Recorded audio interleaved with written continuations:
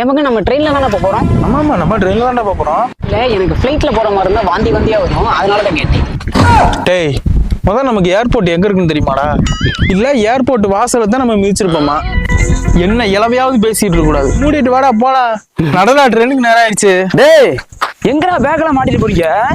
வேளாங்கண்ணிக்கு டூர் போறோம். ஐயோ அப்போ நானும் வரேன்டா, என்னையும் கூட்டி போங்கடா. டூருக்கு போகணும்னா 2000 ரூபாய் காசு வேணும். இருக்கா? 2000 ரூபாய்க்கு கொஞ்சம் கம்மியா இருக்குமேடா.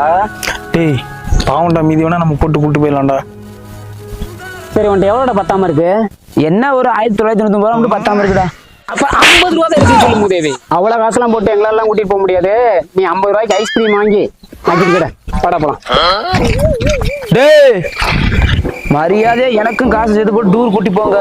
இல்லைன்னா எனக்கு ஒரு மணம் கயிறு மட்டும் வாங்கி கொடுத்துட்டு நீங்களா டூர் போங்க. டேய் நான் இப்படி சொல்றேன். A few moments later. ஓடுகிற தண்ணியில உரசி விட்டேன்